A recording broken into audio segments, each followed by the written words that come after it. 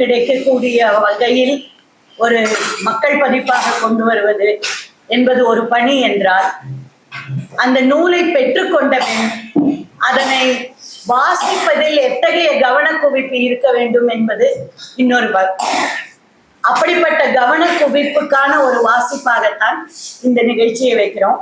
தொடர்ந்து கிட்டத்தட்ட 2010 இத்தகைய ஒரு வடிவத்தை, இதனுடைய ஆரிஜின் 80களில் ஈழத்தில் நடத்தப்பட்ட கவிதா நிகழ்வு, புதியவர் பெண் வைகரேவாணன் போன்ற பலர் அதை செய்திருக்காங்க. அசோகோஷ் செய்திருக்கிறாரு. அவரிலிருந்து தொடங்கி நாங்கள் அதை வேற விட்டு விட்டு பண்ணிட்டு இருந்தோம். பட் 2010 தூக்கு தண்டனை எதிர்ப்புக்கு பிறகு எல்லாராலையும் எல்லாத்தையும் படிக்க முடியாது. அப்போ படிப்பதை எடுத்து கிட்டத்தட்ட ஒரு நாடகமாக உருவாக்குவதற்கான நேரமில்லாத சூழலில் அந்த கவனக்குவிப்பை மக்களிடம் கொண்டு செல்வதற்காக இத்தகைய ஒரு வாசிப்பை செய்ய நாங்கள் தொடர்ந்து செய்து வருகிறோம். அஷ்மியுடைய உறக்க பேசு, கம்யூனிஸ்ட் கட்சி அறிக்கையை சிங்காரவேலருக்கான தினத்தன்று நாங்கள் அது பொது நிகழ்ச்சியாக திருவல்லிக்கேணியில செய்திருக்கிறோம். அதனுடைய தொடர்ச்சியாக இன்றைக்கு நம் அனைவர் மத்தியிலும் நாம் எதிர்கொள்ளும் சமூகத்திற்கான சவால்களாக இருக்கக்கூடியவற்றை பற்றி 1942 எழுதப்பட்ட ஒரு நூலில் எப்படி படிக்க முடிகிறது, எப்படி காண முடிகிறது என்பதை கவனமாக கொண்டு இந்த வாசிப்பை வழங்குகிறோம். மரப்பாச்சி வழங்கும் வால்காவிலிருந்து கங்கை வரை வாசிப்பு நிகழ்வு.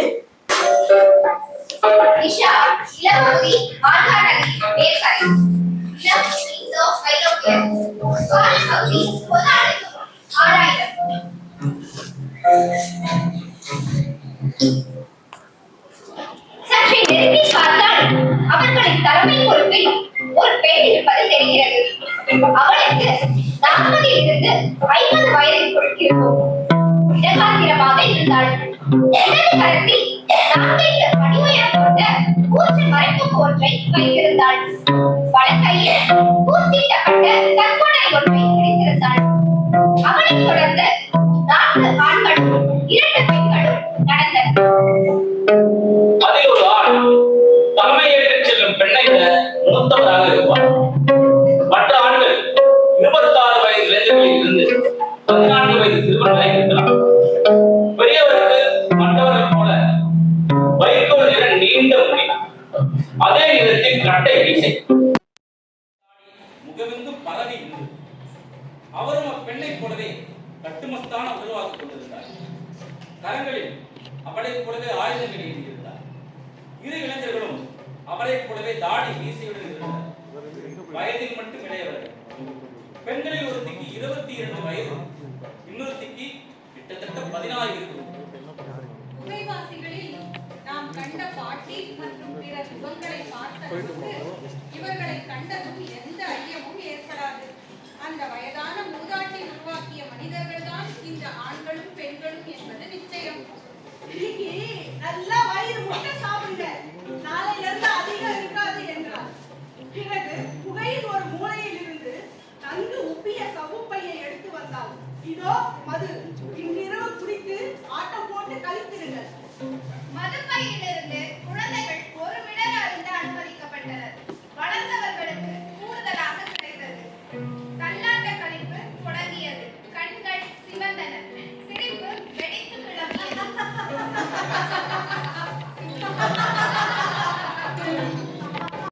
பொங்கும் இரவாக அன்றிரவு அமைந்தது. அவர்களுக்கு தலைவர் என்று அம்மா இருந்தார். ஆனால் அவளது ஆட்சி அநீதியானது அல்ல. பாட்டி வயதான மனிதர் தவிர மற்ற அனைவரும் அம்மாவின் குழந்தைகள். அம்மாவும் வயதானவரும் பாட்டியின் பிள்ளைகள்.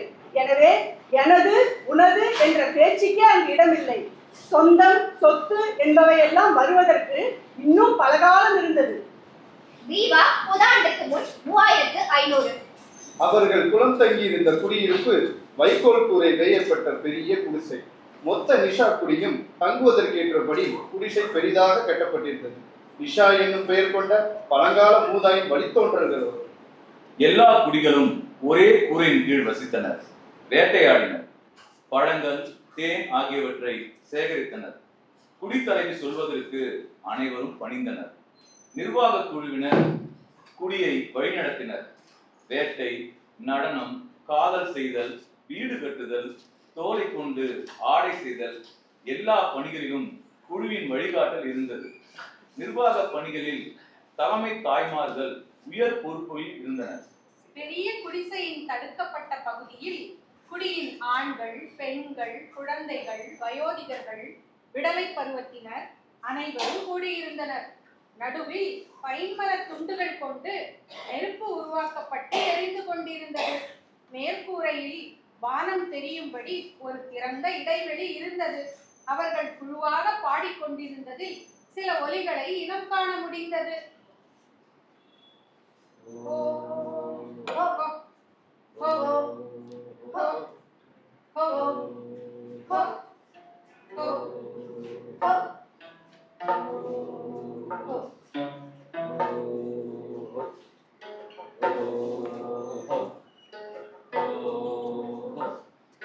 குடியினர் அனைவரும் நெருப்பை சுற்றி பிறந்த மேடையுடன் நின்று கொண்டிருந்தனர். இது குளிர்காலம் அல்ல. வெப்பம் இருக்கும் பருவத்தில் உடல் மீது அவர்களது தோலை தவிர வேறொரு தோலை போர்த்துவது வசதி குறைவாகத்தானே இருக்கும். பாரு, எவ்வளவு கருவு சரியான உடல்கள். ஒரு தொப்பையும் பெருத்திருக்கவில்லை. தோலை மீறிய சதைப்பகுதி எதுவும் தொங்கவில்லை. இதுதான் அழகு, ஆரோக்கியம். ருகுதன், நிலப்பகுதி வட்ச நதிக்கரை, கஜகிஸ்தான். இனம் இந்தோ ஈரானியர். காலம் பொதாண்டுக்கு முன் 2500. ரோச்சனா ருகுத்.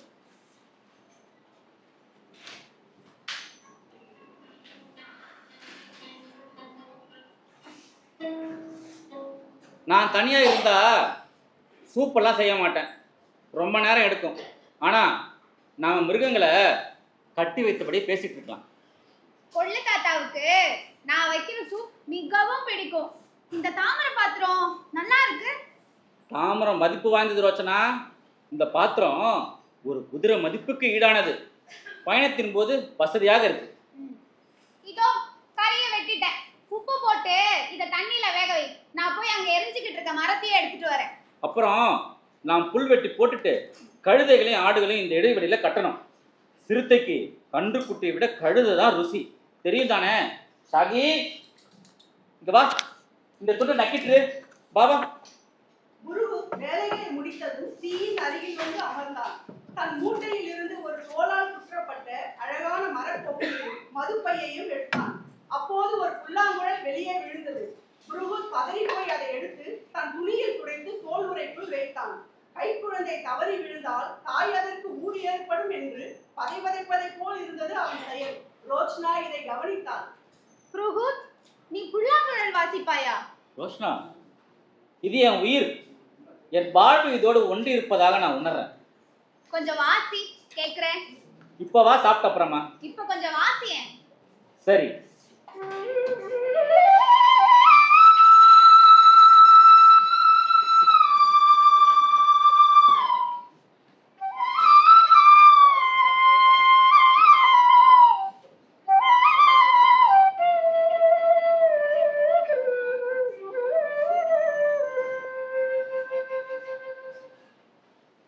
புருகுத், என்ன இனிமை உன் குழல்.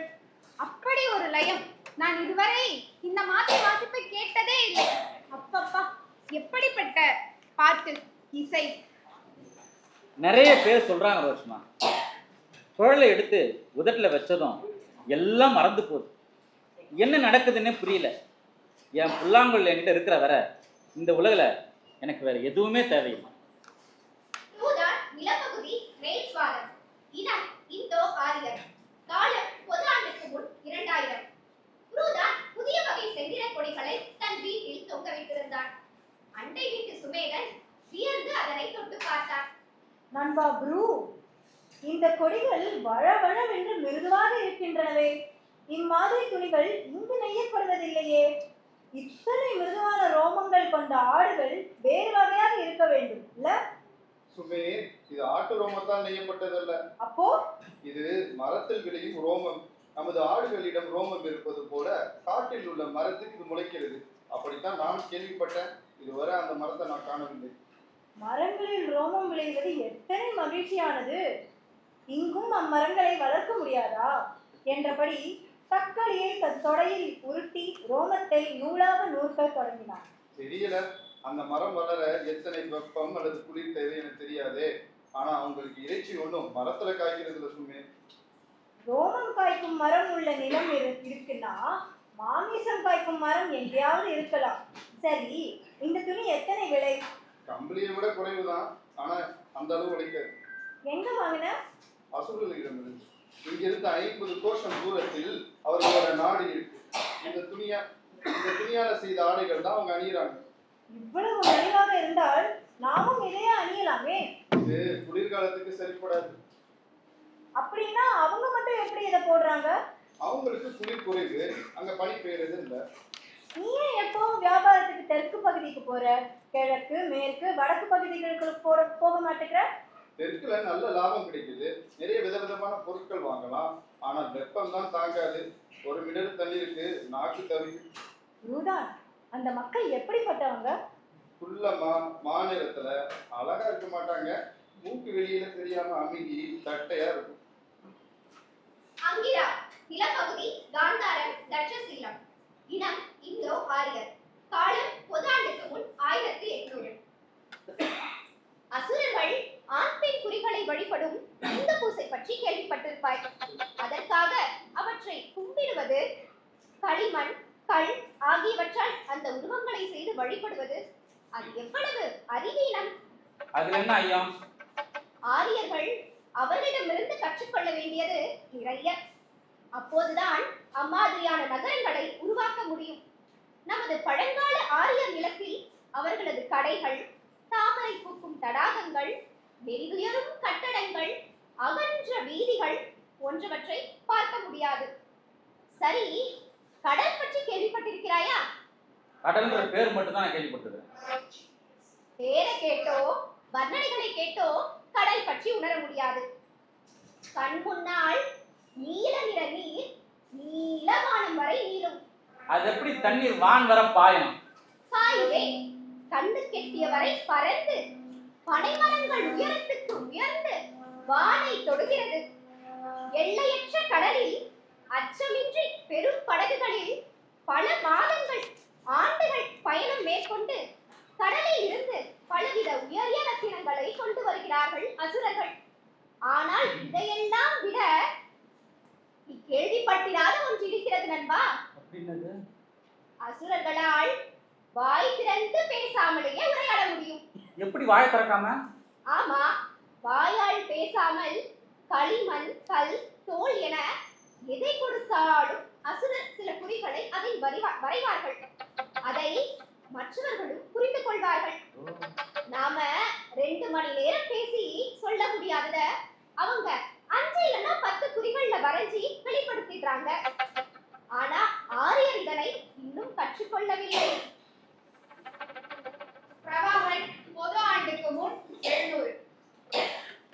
கலாக்காய் மனம் நிறைக்கும் பசுமையான காடுகள் ஒரு புறம், பறவைகளின் ஒளிகள் இன்னொரு புறம், கங்கை அலைகள் ஓடும் ஓசை, பசுக்களுக்கிடையே உருமலுடன் உலாவும் காளைகள், ஆயிரக்கணக்கான கருப்பு பழுப்பு நிற பசுக்கள் கங்கை கரையில் மேயும் ஓசை.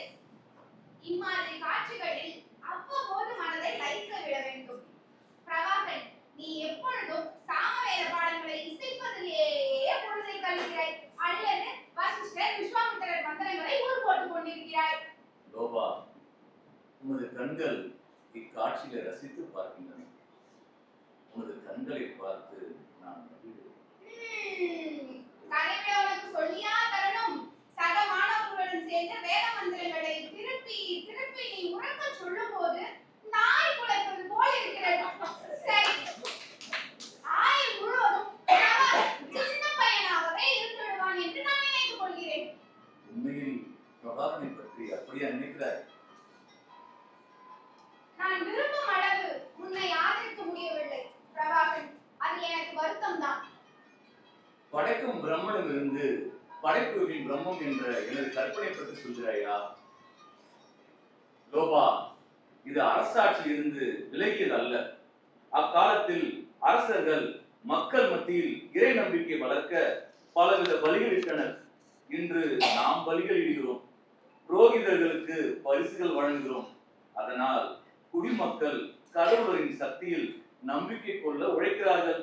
நமக்கு அருமையான நெல் விளைய கிடைக்கிறது, மாட்டின் கொழுங்கறி கிடைப்பது, முத்துக்கள் நவரத்தனங்கள் கிடைப்பது எல்லாம் கடவுள் அருளால் என்று மக்களை கருத வைத்திருக்கிறார்கள். இதற்கு பழைய கடவுள்கள் போதுமே, எதற்கு புதிதாக பிரம்மம்? பல தலைமுறைகள் கடந்து விட்டன. இன்னும் இந்திரன், வருணன், பிரம்மன் ஆகிய கடவுளரை யாரும் கண்ணால் காணவில்லை. எனவே சில பேர் மனதில் ஐயம் ஏற்பட தொடங்கியுள்ளது. பிரம்மம் பற்றியும் ஐயப்படுவோமே. அதனால்தான் நான் பிரம்மம் என்பதை கற்புலனுக்கு அப்பாற்பட்ட உடல்சார் இருப்பு இல்லாத ஒன்றாக வர்ணிக்கிறேன். மக்களின் கண்களில் மண்ணை தூவுவதற்காக இந்த கட்டுக்கதையை கிளப்பி விட்டிருக்கிறாய். உன்னிடம் இருந்து நான் எதையாவது மறைக்க முடியுமா? உனக்கு என்னை நன்றாக தெரியும். அதிகாரத்தை நம் கையில் தக்க வைத்துக் கொள்ள வேண்டும் என்றால் ஐயங்கள் பரப்புவர்களின் தர்க்கங்களுக்கு சில கட்டுப்பாடுகள் விதிக்க வேண்டும். நாம் புலன்களால் அறிய முடியும் என்று சொன்னால் ஐயவாதிகள் கண்ணுக்கு தெரியுமாறு காட்ட சொல்வார்கள். நான் அவரிடம் சொல்வது ஐம்புலன்களை விட நுண்ணிய உணர்வுடன் ஒன்று இருக்கிறது. அத்தகைய நுண்புலன் ஒன்றை உருவாக்க ஒரு கோட்பாட்டை உருவாக்கியுள்ளேன். அது அவர்கள் கண்களை கட்டி பல தலைமுறைகளுக்கு அடையவிடும். அதன் மீதான பிடிப்பை அவர்கள் உதற முடியாது. இது ஒரு நுண் ஆயுதம். புரோகிதர்களின் கரடுமுரடான கருவிகள் பலனின்றி போக தொடங்கிவிட்டன. கூர்மையான அறிவு கொண்ட நம் காலத்து அபேதவாதிகளுக்கு முன் அவற்றுக்கு எந்த பயனும் கிடையாது. பார்ப்பனர்கள் புத்திசாலிகள் என்றால் ரகசியத்தை அவர்கள் கண்டுபிடித்து விட மாட்டார்களா? அதுலயும் பாரேன், சில பேர் எனது ரகசிய நோக்கத்தை கூர்ந்து கவனித்து தெரிந்து கொண்டு விடுகின்றனர். ஆனால் எனது கருவி அவர்களுக்கு பயன்படும் என்பதையும் உணர்ந்து கொள்கிறார்கள். மக்கள் அவர்களின் புரோகிதத்தன்மை, போதனைகள் ஆகியவற்றில் நம்பிக்கை எடுக்க தொடங்கியுள்ளனர். அந்நிலை தொடர்ந்தால் புரோகிதரின் வருமானம் குறையும். குதிரைகள் பூட்டிய ரதங்கள், ஆடம்பர உணவு, அழகான வீடுகள், கொஞ்சி குலாவ அடிமை பெண்கள் எல்லாவற்றிலும் மண் விழுந்துவிடும். அப்ப இதெல்லாம் கேவலம் காசு பண்ணும் உத்தி. ஆமா, நட்டம் ஏற்படாமல் காசு பண்ணும் வழி. பந்துல மல்லன் பொது ஆண்டுக்கு முன் 490. இப்போது உபநிடதங்களை கைவிட்ட சிந்தனையாளர்கள் கூட அவரவரின் விளக்கங்களை துறவு, தியானம், தவம் போன்றவற்றிற்கு வழங்கிக் கொண்டிருந்தனர். அக்காலத்தில் ஆட்சி செய்பவர்களின் ஆதரவை பெறவோ சினத்திற்கு உள்ளாகாமல் இருக்கவோ நாத்திகவாதிகள் கூட தமது தத்துவத்திற்கு சமயமுலாம் பூச வேண்டியிருந்தது. கலப்படம் இல்லாத நாத்திகம் பேசியிருந்தால் ஸ்ராவஸ்தி, சாகேதம், கோசாம்பி, தலைநகர் பத்ரிகா போன்ற நகரங்களின் வணிக இளவரசர்கள் தமது பணப்பையை கௌதமருக்கு திறந்திருக்க மாட்டார்கள்.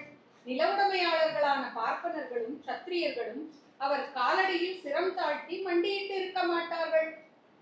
பிரபா, பொது ஆண்டுக்கு முன் 50. மதிய வேளைகளில் கொடிவீடு அருகில் இளைஞர் கூட்டம் குழும்பும்.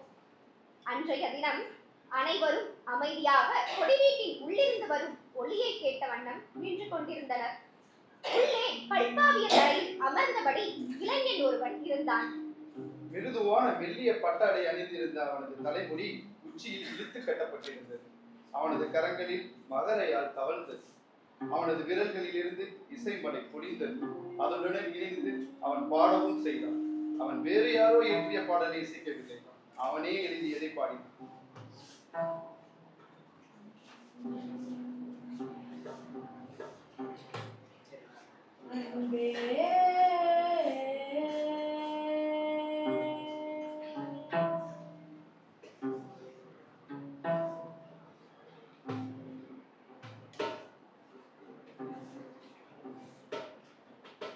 அன்பே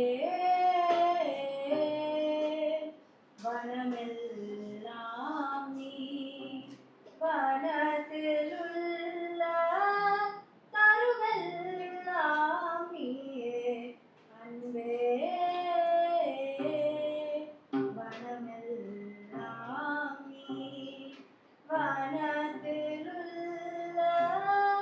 தருவெல்லாம் நீயே.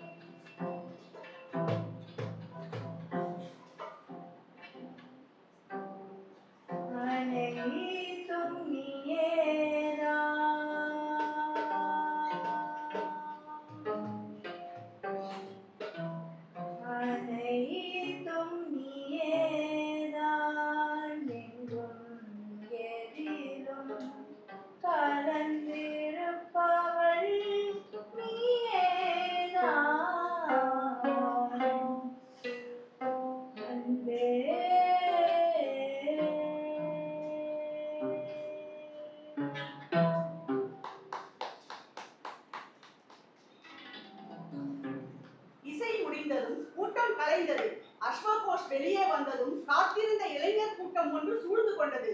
அதில் முகம் சிவந்து வீங்கிய கண்களோடு பிரபாவும் இருந்தார். அருமை அருமை மகாகவியே என்றான் ஒருவன். மகாகவியா? நான் சாதாரண கவி கூட இல்லப்பா. நான் நினைப்பதை சொல்ல விடுங்கள். சாகேதத்தில் வசிக்கும் கிரேக்கர்களாகிய நாங்கள் ஒரு அரங்கம் வைத்திருக்கிறோம். நடனம் ஆடவா? எனக்கு ஆட்டமும் பிடிக்கும். நடனம் நாடகம் இரண்டுக்கும் தான். நாடகமா? கிரேக்க மரபில் அரங்கம் மதிப்பு மிக்கது. நான் சாகேத நகரில் பிறந்து வளர்ந்த போதிலும் உங்கள் நாடகங்களை பார்க்காமல் இருந்ததற்கு வருந்துகிறேன். உங்கள் அருமை உங்களுக்கு புரியவில்லை. இப்போது புரிகிறது பிரபா. நீதான் என் உரைகள். இல்லை, அப்படி நினைக்க கூடாது. பிரபாவின் காதலன் அஸ்வகோஷ் வேறு, இக்காலத்தின் பெருந்தவி அஸ்வகோஷ் வேறு. அவர்கள் இருவரையும் பிரித்தே வைக்க வேண்டும். காதலன் எதை வேண்டுமானாலும் சொல்லலாம், செய்யலாம். ஆனால் கவிதான் முக்கியம். அவர் இந்த உலகிற்கு சொந்தமானவர். பல்வேறு நாடுகளில் இருந்து வரும் அறிவில் சிறந்த பிக்குகள் எல்லோரும் ஓரிடத்தில் வசிப்பதை கற்பனை செய்து பாரேன். கிரேக்க தர்மரிஷி பெர்ஷிய சுமன், நமது நாட்டில் பார்ப்பனர் முதல் சண்டாளர் வரை எல்லா வகுப்பில் இருந்தும் துறவிகள் ஒன்றாக வசித்து உண்டு உறங்கி கற்று தேர்ந்தால் எப்படி இருக்கும்? கால்காலத்தில் நான் பார்த்த கருநிறம் கொண்ட பிக்கு, அவர் பேர் என்ன? மகாஸ்தாவி தர்மசேனர். அவர்தான் சாகேதத்தில் உள்ள அனைத்து பௌத்த மடங்களுக்கும் தலைவர். அவர் தாழ்த்தப்பட்ட சாதியா கருதப்படும் குடியில் பிறந்தவர் என கேள்விப்பட்டிருக்கிறேன். எனது மாமன் சுபகுப்தர் அவருக்கு தலைபணிந்து வணங்குகிறார். எவ்வளவு வேறுபாடு! பெரும் செல்வம் மிக்க பார்ப்பன குடும்பத்தை சேர்ந்தவர் எங்கே? தர்மசேனர் எங்கே? தர்மசேனர் மிகுந்த ஞானம் மிக்கவர். பார்ப்பனர் பார்வையிலிருந்து சொல்கிறேன் பிரபா. அவர்களிடம் அதிகாரம் இருந்தால் அவர்கள் தர்மசேனர் போன்றவரை பொருட்படுத்தி இருப்பார்களா? மதிப்புடன் வணங்கிதான் இருப்பார்களா? புத்தர் பௌத்த சங்கம் ஒரு கடல் என்பார். கடலில் கலக்கும் ஆறுகள் தத்தம் அடையாளங்களை இழப்பது போல அனைவரும் கடலின் பகுதியாக ஆகிவிடும். பௌத்தம் தத்துவார்த்த சமயம்தான். ஆனால் தத்துவம் என்பது தெப்பம் போல அக்கறைக்கு செல்ல உதவுவது. தலையில் சுமந்து கொண்டு தெரியக்கூடாது என புத்தர் கூறி. தெப்பம் என்றால் மக்கள் ஒரு ஆற்றுக்கரையில் வந்து அங்கு படகு எதுவும் இல்லை என்றால் அக்கறைக்கு செல்ல தமக்கான தெப்பம் ஒன்றை உருவாக்குவார்கள். அக்கறை சேர்ந்தவுடன் தெப்பத்தின் கட்டையை பிரித்து தலையில் சுமப்பதில்லை. அதற்காக தனியே நன்றி சொல்வதும் இல்லை. தான் உருவாக்கிய மதம் பற்றியே ஒருவர் இப்படி சொன்னால் நிச்சயம் அவர் அதன் அடிப்படை உண்மையை, அதன் வலிமையை கணித்திருப்பார். தவ தலைவரே, பௌத்த தத்துவத்தை நான் புரிந்து கொள்வதற்கு தேவையானவற்றை தயவு கூர்ந்து தெரிவிங்கள். ஆத்ம மறுப்பு மகனே. பார்ப்பனர்கள் ஆத்மா அழிவற்றது, நிலையானது என்று நம்புகிறார்கள். பௌத்தத்தில் நிலையானது என்று எதுவும் இல்லை. எனவே ஆத்மாவை புறம் தள்ளி அனைத்தையும் நிலையற்றதாக காண்கிறது. இக்கணத்தில் இருப்பது அடுத்த கணம் அழிந்து விடலாம். இது ஒன்று போதும் ஞானியே. ஆத்ம மறுப்பை சொல்லும் இந்த மதத்தை மிதவை தெப்பம் போன்று உருவாக்கிய புத்தருக்கு எனது வந்தனங்கள். எனது தேடலுக்கு விடை கிடைத்து விட்டது. புத்தரின் வாக்கை மக்கள் பின்தொடர்ந்தால் உலகம் வேறு மாதிரி இருக்கும். சுவர்ண யௌதேயர், பொதாண்டு 420. ரந்தித்தேவர் விருந்தோம்பல்ல மிகச் சிறந்தவர். அவர் வீட்டு சமையலறையில தினமும் 2000 கண்டுகள் வெட்டப்பட்டு சமையல் நடக்கும். அவற்றின் தோள்கள் அடுக்கி வைக்கப்படும். அவற்றில் இருந்து சுட்டும் இரத்த துளிகள் ஒரு ஆறாக மாறி அதனால் அது சர்மானவதி எனப்பட்டது. பழநூல்களில் இது சொல்லப்பட்டுள்ளதா? ஆமா, இது மகாபாரதத்தில் எழுதப்பட்டுள்ளது. 5ஆம் வேதம் என்னும் மகாபாரதம் மாட்டுக்கறி பற்றி பேசுகிறதா? ரந்தித்தேவரின் விருந்தினர்களுக்காக மாட்டிறைச்சி சமைக்க 2000 சமையல்காரர்கள் இருந்தனர். இருந்தும் பார்ப்பன விருந்தினர்களின் எண்ணிக்கை பெருகிக் கொண்டே இருந்தது. என்ன சொல்கிறாய் அப்பா நீ? பார்ப்பனர்கள் மாட்டிறைச்சி சாப்பிட்டார்களா? 5ஆம் வேதமான மகாபாரதம் பொய் சொல்லுமா? உலகம் எப்படி மாறிவிட்டது? உலகம் மாறிக்கொண்டேதான் இருக்கிறது. ஆனால் உண்மையான பார்ப்பனர் என சொல்லிக் கொள்ளும் அந்த மனிதர்கள் எல்லாரது கண்ணிலும் மண்ணை தூவி விடுகிறார்கள். பாபா நூர்வின் காலம் பொதாண்டு 1300. இந்தியா இனியும் நமது கறவை மாடு அல்ல.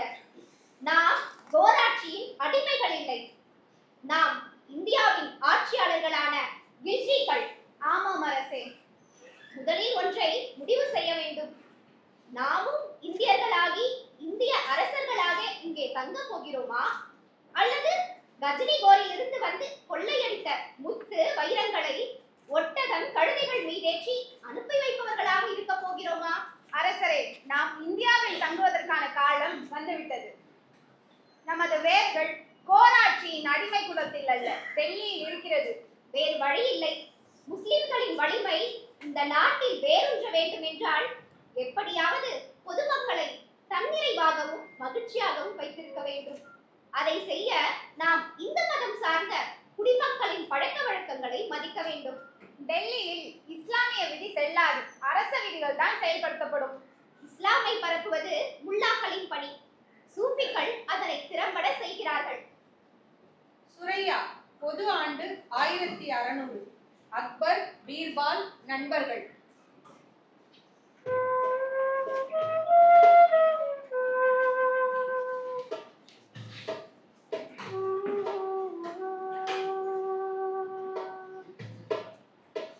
நானும் உங்களோட சேர்ந்து பேசப்படுறேன். அக்பர் பீர்பால் பத்தி நிறைய கதைகளை உலாவுறது வழக்கமாகவே ஆகிடுச்சு. அந்த மாதிரி நிறைய கதைகளை நான் சேகரித்து வச்சிருக்கேன். ஒவ்வொரு கதைக்கும் ஒரு தங்க காசு கொடுத்து வாங்கியிருக்கேன் என்றார் பீர்பால். பணத்துக்காக அந்த நேரத்தில் கட்டப்படும் கதையாக இல்லாமல் இருந்தால் சரி என்றார் அக்பர். அதனால எந்த வித்தியாசமும் இருக்க போறதில்ல.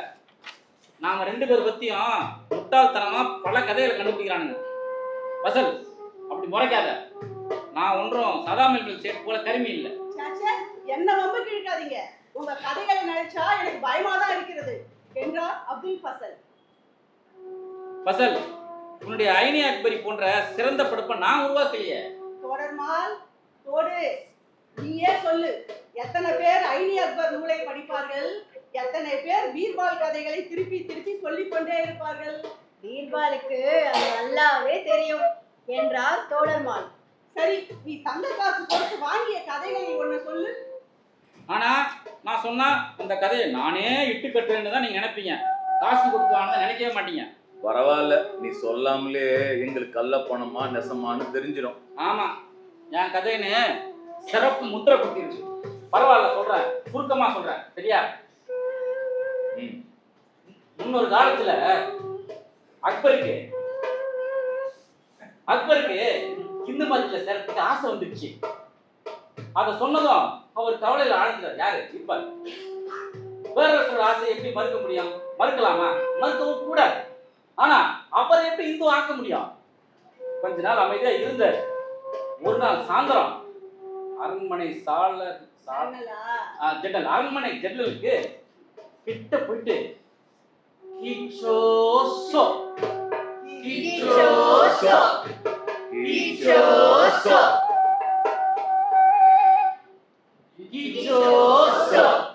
அப்படின்னு பெரிய சத்தம் கேட்டுச்சு. பேரரசருக்கு அந்த மாதிரி சத்தத்தை, வண்ணாரோட சத்தத்தை அந்த இடத்துல அவ்வளவு சத்தத்தை கேட்டதே இல்லை. அது என்ன மாதிரி சத்தம்னு தெரிஞ்சுக்கிறதுக்கு பேரரசருக்கு ஆர்வம் வந்துடுச்சு. அவர் என்ன பண்ணாரு, வண்ணாரோட ட்ரெஸ்ஸை போட்டுக்கின்னு உடைய அடிச்சுக்கிட்டு அந்த யமுனா ஆத்தங்கரைக்கு போனார். அங்க போனா இன்னொரு மனுஷன் மாறுவேடத்தில் இருந்தாலும் அது பீர்பால் தான் அக்பருக்கு தெரிஞ்சிடுச்சு. பீர்பால் என்ன பண்ணாரு, அழுக்கு துணியெல்லாம் துவைக்காம ஒரு பெரிய கழுதை, பெரிய கழுதை பெருசு, அந்த கழுதைய கல்லு ஊர்மண்ணெல்லாம் போட்டு குளிப்பாட்டி நின்றாரு. பாதுஷா சிரிப்பு அடக்கிக்கிட்டு வேற குரல் இல்லையா, என்ன ஏமாத்துறாரு. என்ன செஞ்சுட்டு இருக்கீங்க சௌத்ரி என்றார். வேற என்ன வேலை செஞ்சுட்டு இருக்கேன். நேரங்கட்ட நேரத்துல இப்படி குளிர்ல நடுங்கிட்டு இருக்கீங்க. இந்த கழுதிய குதிரையா மாத்தி பேரரசிட்ட ஒப்படைக்கணுமா? இதனால செத்தாலும் பரவாயில்ல. கழுதைய குதிரையாகவா? என்ன செய்ய, அதான் பாதுஷாவோட ஆசையா. அரசர் சிரித்தபடி தன் சொந்த குரலில், போதும் வீரே, கழுதை குதிரையாக முடியாது போல ஒரு முஸ்லிம் இந்துவாக முடியாது என்பதை நான் புரிந்து கொண்டு விட்டேன். பசல், இந்த கதையை கேட்டபோது எனக்கு வருத்தமாகிவிட்டது. நமது வாழ்வின் மூப்பு காலத்தில் இதை கேட்கும்போது, ஐயோ, வாழ்நாள் முழுவதும் நாம் செய்த முயற்சிகளுக்கு இதுதான் பலனா என தோன்றுகிறது என்றார் அக்பர். ஜலால், ஒரு தலைமுறையின் பணியைத்தான் நம்மால் செய்ய முடியும். நமது முயற்சிகள் வெற்றி பெற்றதா தோல்வியுற்றதா என்பதை அதோ பூங்காவில் வசந்த விழாவை கொண்டாடி கொண்டிருக்கிறார்களே அவர்கள்தான் முடிவு செய்ய வேண்டும் என்று பதிலளித்தார் ஃபசல். ஆமாம், ஆனால் நமது நோக்கம் முஸ்லிம்களை இந்துக்கள் ஆக்குவதோ இந்துக்களை முஸ்லிம்கள் ஆக்குவதோ அல்ல என்று தோடர்மால் சொன்னார். அவர்கள் இணைந்து ஒரு சமூகமாக ஒன்றுபட்ட மக்களாக வேண்டும் என்பதுதான் நம் குறிக்கோள். மக்கள் செய் காலம் பொது ஆண்டு 1857. பாவம் உன் அம்மா, அவங்க கங்கையை கும்பிட்டுக்கிட்டு இருக்காங்க. நீ என்னடானா விக்டோரியா மகாராணியை பார்க்காமல் உலகில் உள்ள எல்லா முடிசூடிய அரசுகளையும் எதிர்க்கும் கால் மார்க்ஸ் எங்கெல்ஸை பார்த்து கொண்டிருக்கிறாய். முதலாளித்துவ உலகம் அதன் அதிகாரம் பற்றி எதுவும் அறியாமல் இந்தியா எப்படி மார்க்சின் கம்யூனிசத்தை புரிந்து கொள்ளும்? மார்க்ஸ் உன்னிடம் இந்தியா பற்றி பேசியிருக்கிறாரா? பல முறை பேசியிருக்கிறார். இங்கே இருந்து கொண்டு அவர் இந்தியாவின் வளர்ச்சி பற்றி தெரிந்து கொண்டிருப்பது எனக்கு வியப்பளிக்கிறது. இந்தியாவின் எதிர்காலம் பற்றி அவர் என்ன நினைக்கிறார்? இந்திய படை வீரர்களின் துணிவில் அவர் பெருமதிப்பு வைத்திருக்கிறார். இந்தியர்களின் அறிவுடைமையை மதிக்கிறார். ஆனால் பழங்கால வேதாகமங்கள் மீது மக்கள் வைத்திருக்கும் மூட நம்பிக்கை எங்களுக்கு மிகப்பெரிய பகை என கருதுகிறார். எங்கள் கிராமங்கள் எல்லாம் தன்னளவில் தன்னிறைவு மிக்க குடியரசுகள் என கருதுகிறார். பிரிட்டிஷார் இன்னொரு தவறையும் புரிந்தனர். வெறும் தவறல்ல, பெரிய குற்றம். பழைய துப்பாக்கி ரவைகளுக்கு பதிலாக கூடுதல் வீரியம் உள்ள தோட்டாக்களை இராணுவத்தில் அறிமுகப்படுத்தினர். அவற்றை துப்பாக்கிகளில் நிரப்பும் போது அதன் மூடியை வாயால் கடித்து திறக்க வேண்டியிருந்தது. தோட்டாக்களின் மீது பசு பன்றிகளின் கொழுப்பு பூசப்பட்டிருப்பதாக தகவலை பரப்பினார்கள். இந்தியாவில் இந்து இஸ்லாம் ஆகிய இரு மதங்களையும் அழிப்பதற்காக வேண்டுமென்றே செய்வதாகவும் இராணுவத்தினரை கிறிஸ்துவர்களாக மதமாற்றம் செய்ய நடக்கும் சதி எனவும் சொன்னார்கள். கொழுப்பு தடவிய தோட்டா, மதத்திற்கு ஆபத்து ஆகிய பேச்சுகளால் நாம் ஆங்கிலேயருக்கு பெரும் அவப்பை உருவாக்கிவிட்டோம் என்றார் நானா. அதை மட்டும் நம்பியிருக்க முடியாது. ஆங்கிலேயர் இந்த போராட்டத்தை கழகம் என்று முத்திரை குத்தி உலகெங்கும் செய்தி பரப்புவார்கள் என்பதையும் நாம் நினைவில் கொள்ள வேண்டும். கொழுப்பு பூசிய தோட்டாக்கள் நமது வீரர்கள் உயிர் தியாகம் செய்வதற்கும் நாம் சாதாரண மக்களின் ஆதரவை பெறுவதற்கும் போதுமான காரணம் அல்ல. ஆங்கிலேயரை விரட்டிய பின் நாம் எத்தகைய அரசாங்கத்தை அமைக்கப் போகிறோம், அது எப்படி போரிட்ட வீரர்களுக்கும் அவர்கள் பிறந்து வளர்ந்த விவசாய சமூகத்திற்கும் சிறந்த வகையில் பலனளிக்கும் என்பதை புரிய வைக்க வேண்டும். சப்தர் காலம் பொது ஆண்டு 1921 முதல் 1922 வரை. சங்கர், ஒரு புதிய புரட்சிகரமான காலத்திற்குள் நாம் நுழைகிறோம். 1885 காங்கிரஸ் உருவான போது ஓய்வு பெற்ற ஆங்கிலேய அரசு அதிகாரிகள் கைப்பாவையாக தான் இருந்தது. அவர்களது கிறிஸ்துமஸ் கொண்டாட்டங்கள், மது குதுகுலங்கள் எல்லாமே போராட்டம் என முத்திரை குத்தப்பட்டது. அதை போராட்டம் என சொன்னால் இப்போது நடப்பது புரட்சி என்று சொல்வேன். திலகரின் சுயராஜ்யம் நிதிக்கு காந்திஜி கோடிக்கணக்கில் பணம் சேர்த்து விட்டார். எனவே சுயராஜ்யம் என்ற கூக்குரல் பலமாக ஒலிக்கிறது. தனி மனிதராக யாராலும் புரட்சியை கொண்டு வர முடியாது. புரட்சியின் வேகம் ஒரு உன்னத மனிதரின் வலிமையிலோ சில தலைவர்களின் உத்வேகத்திலோ மட்டுமே நடக்காது. 1857 பின் இப்போதுதான் சாதாரண ஜனங்கள் விடுதலை போரில் சேருகிறார்கள். இந்திய வரலாறு அறிந்த மாணவனாக நீயே சொல்லு, வேற எந்த போராட்டத்திலாவது மக்கள் இப்படி பங்கெடுத்திருக்கிறார்களா? சப்தரண்ணா, நாக்பூர், கல்கத்தா நகரங்களில் நடந்த காங்கிரஸ் மாநாடுகளை பார்த்தோம். நீங்கள் குறிப்பிடுவது போல கிராமங்களில் பெருகும் உற்சாகத்தை நான் நேரடியாக கண்டுள்ளேன். வியப்பூட்டும் அனுபவம் அது. தம்பி சங்கர், நீ சொல்வது ரொம்ப சரி. இது வெறும் உள்நாட்டு நிகழ்வு அல்ல, உலகெங்கும் பெருகும் எழுச்சிகளுடன் தொடர்பு கொண்டது. எந்த யுகத்திலும் வலுவான புரட்சி வெகுஜன திரள் மூலம்தான் அரங்கேறும். கம்யூனிசம் தான் இந்தியா மற்றும் உலகத்தின் விடிவுக்கான பாதை என கருதுகிறேன். காந்தியால் புரட்சியை நடத்த முடியும் என நான் நிச்சயம் நினைக்கவில்லை சங்கர். ஆனால் மக்கள் நடத்துவார்கள் என்று நம்புகிறேன்.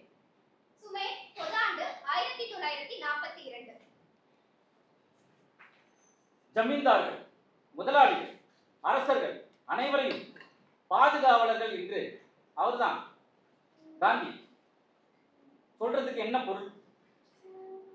அக்காலத்தில் எங்களை தாசர்கள், அடிமைகள் என்று அழைத்தார்கள். இப்பொழுது அரிசனர் என பெயரிட்டு உதவி செய்ய நினைக்கிறாரா? இந்துக்களுக்கு அடுத்தபடியாக எங்களுக்கு பெரும் எதிரி இந்த அரி எனப்படும் கடவுள் தான். நாங்கள் அக்கடவுளின் பிள்ளைகளாக இருப்பதை விரும்பவில்லை. புரிகிறதா? அப்போ உங்களுக்கு கடவுள் நம்பிக்கை இல்லையா? எதுக்கு நம்பணும்? அண்ணா நீங்களே சொல்லுங்க, எதுக்கு நம்பணும்? பாடிடலாமா? பாடிடுங்க. ஓகே. மாமன்னன் ராம நின்னா மாட்டிடைய கண்ண நின்னா பரசுராம பாப்பா நின்னா 10 அவதாரம் முன்னா பேயானா பெண்ணுமானா சிங்கம் புலி கரடியானா ஆமையானா மீனுமானா பிய தின்னும் பன்னியானா. நாங்களும் கூட சேர்ந்து பாடுறோம். பாடிடுவோம். மாமன்னன் ராம நின்னா மாட்டிடைய கண்ண நின்னா மாமன்னன் ராம நின்னா மாட்டிடைய கண்ண நின்னா பரசுராமன் பாப்பா நின்னா 10 அவதாரம் முன்னா பரசுராமன் பாப்பா நின்னா 10 அவதாரம் முன்னா பேயானா பெண்ணுமானா சிங்கம் புலி கரடியானா பேயானா பெண்ணுமானா சிங்கம் புலி கரடியானா ஆமையானா மீனுமானா பிய தின்னும் பன்னியானா ஆமையானா மீனுமானா பிய தின்னும் பன்னியானா. ஒரு அரிசன அவதாரம் எங்கட நாயே. அப்படி போடு. அப்படி சரி போடு. இன்னைக்கு வரைக்கும் ஏச்சும் பேச்சும் கேட்கிறோம், அடிக்கப்படுறோம், பட்டினியால சாகிறோம். எல்லாம் கடவுள் விட்ட வழின்னு சொல்றானுங்க. இதையெல்லாம் பார்த்துக்கிட்டு ஒரு சுண்டு வரல கூட அசைக்காத கடவுள் நாசமா போகட்டும். அப்படியானா நீங்க டாக்டர் அம்பேத்கர் வழியை பின்பற்றுவீங்களா? அப்படியும் சொல்ல முடியாது. அவரும் பாதிக்கப்பட்டவர் தான். அவரை போலவே நானும் இந்து பையன்கள் செய்யும் கேலி கொடுமைகளுக்கு ஆளாகியிருக்கேன். தீண்டத்தக்காதவர்களாக ஆக்கப்பட்ட மக்களிலும் சிலர் மாதம் 5 அல்லது 6000 சம்பளம் பெறுபவர்களாக உயரலாம். சிலர் பிர்லா, பஜாஜ் போல ஆகாவிட்டாலும் கொஞ்சம் பணக்காரர்களாக ஆகலாம். சிலருக்கு நிலங்கள் கூட சொந்தமாகலாம். ஆனால் அதனால் கோடிக்கணக்கான தீண்டத்தக்காதவர்களாக ஆக்கப்பட்ட மக்களின் மோசமான வாழ்நிலையை மாற்ற முடியாது. சுரண்டல் முற்றிலும் ஒழிக்கப்பட வேண்டும் என்று கருதுகிறீர்கள் இல்லையா? ஆம், நமது உழைப்பில் தின்று கொழுக்கும் முதலைகளை அழிக்காதவரை நமக்கு விடியல் பிறக்காது. தீண்டத்தகாதவரும் சாதி இந்துக்களும் ஒன்று சேரக்கூடாதா? காலம் எங்களை ஒன்றாக ஆக்கிவிட்டது. ஓஜாஜி, என்னையே எடுத்துக்கொள்ளுங்கள். நான் பூர்ணாசியுடன் கோதுமை நிறத்தில் இருக்கிறேன். நீங்கள் தட்டை மூக்குடன் கருப்பு நிறத்தில் இருக்கிறீர்கள். அதற்கு என்ன பொருள்? என்னுள் கூடுதலான ஆரிய ரத்தம் கலந்திருக்கிறது என்று அர்த்தம். உங்களுக்குள் எனது மூதாதைய ரத்தம் நிறைய இருக்கிறது. இப்பொழுது நாம் இருவரும் அந்த கலப்பிற்கு சாட்சிகளாக நிற்கிறோம். வால்கா கரையும் கங்கை கரையும் ஒரு வழியாக கலந்து விட்டன. இன்று தோழி நிறத்தால் முரண்கள் இல்லை. உங்களை யாரும் பார்ப்பன சாதியிலிருந்து வெளியேற்ற மாட்டார்கள். இந்த கடவுள், மதம், கோட்பாடுகள் நம்மை இருக்க விட்டால் போதும். ஆனால் நம்மை சுரண்டுபவர்களும் அவர்களை பாதுகாக்கும் காந்திகளும் இருக்கும் வரை அது நடக்காது. சுமீர்ஜி, கம்யூனிசம் மதத்திற்கு எதிரானது. ஆனால் இந்தியா எப்போதும் மத நம்பிக்கை மிக்கது என்பதை நினைவில் கொள்ள வேண்டும். நீங்கள் மதம் என்று சொல்லும்போது இந்து மதத்தை மட்டும்தான் குறிக்கிறீர்கள். பஜாஜ் வைத்துள்ள பசுநல அமைப்புகளுக்கு காந்திஜி முழு ஆதரவு தர ஒப்புக்கொண்டுள்ளார். அதன்படி பசுவின் மாமிசம் தவிர கோமியம், சாணம் அனைத்தையும் பயனாளர்கள் பயன்படுத்த வேண்டும் என உறுதியேற்கப்பட்டுள்ளது. இந்தியாவில் மாட்டிறைச்சி உணவை சாப்பிடுவர்கள் எண்ணிக்கையோடு சாப்பிடாதவர் எண்ணிக்கை ஒப்பிட்டால் மாட்டிறைச்சி உண்பவர்கள் தான் அதிகம் என்பது புரியும். எனது சமூகமும் மாட்டிறைச்சி உண்ணும் சமூகம் தான். இல்லை என்றாலும் நம் நாட்டில் 4 1 பங்கினர் முஸ்லிம்கள், கிட்டத்தட்ட 1 கோடி மக்கள் கிறிஸ்தவர்கள், ஆயிரக்கணக்கானோர் பௌத்தர்கள். இவற்றையெல்லாம் மதங்கள் என கருதினால் உலகில் எங்கும் மத நம்பிக்கை இல்லாத இடமே இருக்காது. முந்தைய வைஷ்ணவ பிரபு, இப்போதைய பிரபு ஹாலிபாக்ஸ் போன்ற காந்தியின் நண்பர்கள் கிறிஸ்தவ மத ஆதரவாளர்கள். அந்த பக்தர்களும் கம்யூனிசத்தில் இருந்து ஒதுங்கி நிற்க வேண்டும் என்றுதான் போதிக்கிறார்கள். அரேபியா, துருக்கி, ஈரான், ஆப்கானிஸ்தானில் உள்ள முஸ்லிம்கள் மத நம்பிக்கை இல்லாதவர்களா? ஜப்பான் மட்டும் குறைச்சலா? அங்கு ஒரு கோவிலுக்கு தேவைப்பட்ட மரத்தை கட்ட பல்லாயிரக்கணக்கான பெண்கள் விரும்பி அளித்த தலைமுடியால் உருவாக்கப்பட்ட கயிர்களை பயன்படுத்தினார்கள். கொள்ளையடிப்பவர்கள் எப்போதும் மத நம்பிக்கையில் ஊறியவர்கள், சுரண்டலை எதிர்ப்பவர்கள் மத துரோகிகள் என்று எப்பொழுதும் குற்றம் சாட்டப்படுகிறார்கள். அந்நிய மதங்களான கிறித்துவம், இஸ்லாம், இறக்குமதி செய்யப்பட்ட ரயில்கள், தந்தி, விமானங்கள், தொழிற்சாலைகள் ஆகியவை நமது கண் முன்னரே உள்நாட்டிற்கு உரியவாக ஆகவில்லையா? கம்யூனிசம் மட்டும் அந்நியமாகவே இருக்குமா என்ன? அதுவும் நமது மண்ணுக்குரியதாக மாறும். மண்ணுக்குரியதாக மாறும். மண்ணுக்குரியதாக மாறும்.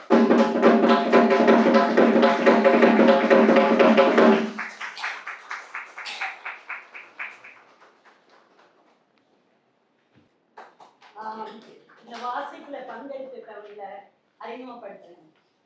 முதல்ல இசைக்கலைஞர்களை பண்ணிடுறேன். அவருக்கு ஒரு ஃப்ளைட் இருக்கு போடணும்.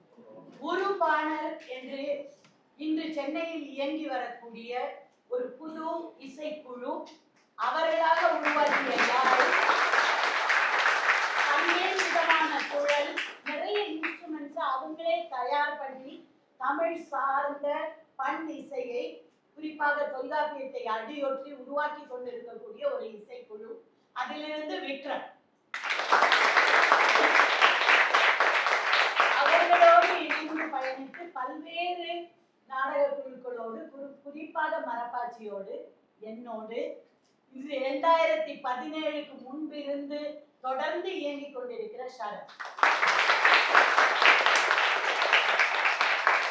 சாரதா. இப்போ சமீபத்தில் வெளியிடப்பட்டிருக்கிற அலெக்சாண்டரா கொலண்டாயுடைய கட்டுரை தொகுப்புல 2 மொழிபெயர்ப்பாளர்கள் வெளியில இருக்காங்க. சாரதா, பரிமளா. இன்றைக்கு நான் அறிந்தவரை வேளச்சேரியில அந்த ஃபார்மை ஃபில் பண்றதுக்காக அலைஞ்சு கொண்டே இருக்கக்கூடிய ஒருவராக அவர் இருக்கிறார். தொடர்ந்து இயங்கிக் கொண்டு இருக்கக்கூடிய பல்வேறு குழுக்களோடு செயல்படுகிற பரிமளா, சாரதா 2 பேருமே இப்பொழுதுதான் முதல் முறையாக. பிரம்மி இசையை முறையாக பயின்றவர். ஸ்டெல்லா மேரிஸ் கல்லூரியில 3ஆம் ஆண்டு சோசியாலஜி மாணவர். விரைவில் மிகப்பெரிய வழக்கறிஞராகவோ அல்லது பெரும் பொறுப்புகளில் அவர் வருவார் என்பது நிச்சயம். எங்களோடு கடந்த 3 ஆண்டுகளாக நாடக பயணத்தில் ஈடுபட்டிருக்கிறார். தமிழரசன் கிட்டத்தட்ட அவருடைய இளங்கலை வகுப்பில் இருந்து நாடகம் அவரை பிடித்துக் கொண்டது என்று சொல்ல வேண்டும். அதுல ரொம்ப பங்காற்றியது நான். அதுல எனக்கு ரொம்ப சந்தோஷம். இன்றைக்கு திரைப்படங்கள், குறும்படங்கள் ஆகிய பல இடங்களில் இருக்கிறார். புத்திசாலித்தனமான காமெடி என்ற ஒன்று நமக்கு வரணும்னா அது நான் பெரிய தயாரிப்புல எல்லாம் இறங்குவதற்கு எனக்கு வசதியும் கிடையாது, அறிவும் கிடையாது. ஆனால் என் மனதில் அவன் அப்படிப்பட்ட ஒரு கலைஞர். ஒரு யோகா பயிற்சியினர், யோகா தெரப்பி என்று சொல்லக்கூடிய பயிற்சியில் ஈடுபட்டு கொண்டிருப்பவர். முதல் மேடை நிகழ்வு. ஆனால் படங்கள், ஸ்கிரிப்ட் ரைட்டிங் ஆகியவற்றில் ரொம்ப ஆர்வம் கொண்டவர். அவர் எங்களோடு இணைந்து கொண்டது ரொம்ப பெருசு. அவரை நாங்க அந்த சென்டர்ல செல்லமா ராஜான்னு கூப்பிடுவாங்கன்னு நான் ராஜான்னு போட்டேன். நேற்றுக்கு தான் நாங்க மொத்தமா நேரடியா ஒத்திகை பார்க்கும்போது, இல்லைங்க என்னோட இயற்பெயர் நிசார் என்று சொன்னார். அது எங்களுக்கு கூடுதல். கோலாமணி இந்த பல்கலைக்கழக வளாகத்தில் இன்னைக்கு சனிக்கிழமைங்கிறதுனால அவங்களுக்கு தனியா விசில் வரல. இங்க முதுகலை தமிழ் படிக்கக்கூடிய மாணவி, MCCல UG முடிச்சவங்க, ஹட் ஸ்டோரிஸோட இணைந்து பணியாற்றக்கூடிய ஒரு வாலண்டியராக இருக்கிறார். ஒரு அக்னி குஞ்சு. யாழினியார் பச்சையப்பன் கல்லூரியின் முதுகலை தமிழ் முடித்திருக்கிறார். இப்போது குறும்படங்கள், ஆவணப்படங்கள் ஆகிய படங்களில் நடித்துக் கொண்டிருக்கிறார். பள்ளிகளில் மாணவர்களுக்கு அரங்க பயிற்சியை கொடுக்கக்கூடிய ட்ரெயினராக, ரிசோர்ஸ் பர்சனாக அவர் இருக்கிறார். உங்கள் மத்தியில இந்த வாசிப்பு நடத்தணும் அப்படின்னு நான் நினைச்ச உடனே நான் விரும்பி கேட்டுக்கொண்ட ஒரு நடிகர் தோழர் செல்வா. அவர் சொல்லினா நான் கம்யூனிஸ்ட் கட்சி அறிக்கை இதே மாதிரி வாசிப்பாக பக்கத்துல இருக்கிற சிங்காரவேலர் சிலைக்கு அருகில திருவல்லிக்கேணியில செய்தோம். இது பார்ட்டர் சிஸ்டம். நாங்க நீங்க கொடுத்தீங்க நாங்க வரல, நாங்க கொடுத்தா நீங்க வரணும் அப்படின்னு சொல்லி. ஆனால் தொடர்ந்து கட்டியக்காரி குழுவில் இருக்கக்கூடிய முழுநீள நாடகங்கள், மரப்பாச்சி குழுவில் இருக்கக்கூடிய வாசிப்புகள், இன்குலாப்போடது, ஹல்லா போல், அந்த உறக்க பேசி எல்லா வாசிப்புகளிலும் செல்வா எங்களோடு பயணப்பட்டு கொண்டிருக்கிறார். இந்த நிகழ்ச்சியில அந்த கெஸ்ட் அப்பியரன்ஸ் கௌரவ நடிகராக வந்த பழனி அவர்கள்